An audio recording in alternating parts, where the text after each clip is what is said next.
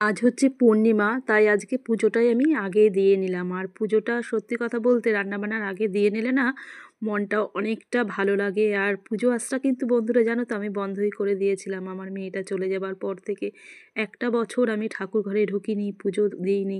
কিন্তু এখন তো দেখো ছেলেটা রয়েছে, স্বামী রয়েছে, তাদের মঙ্গলের জন্যে পুজো আসাটা আবার করছি আমি। আর এদিকে দেখো পুজো দিয়ে এসে না রান্না করতে অনেকটা আজকে লেট হয়ে গেছে।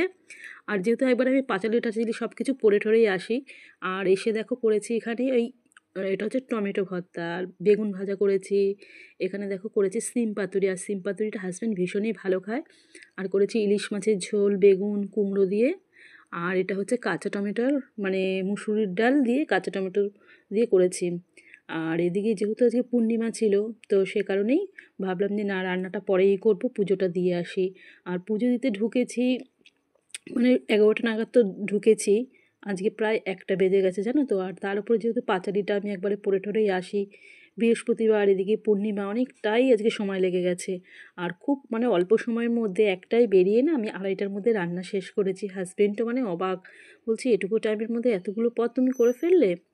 এবার অসুবিধা হয়নি, করে ফেলেছি।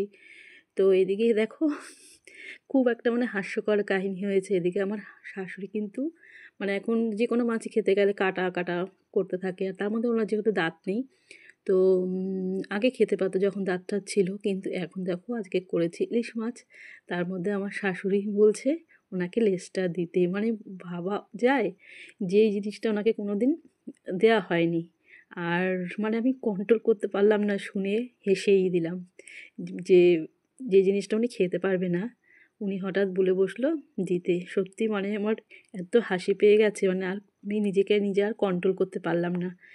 তো যাই হোক উনি বললে তো সেটা দেওয়া যায় না, ওনাকে আমি পিসে দিলাম।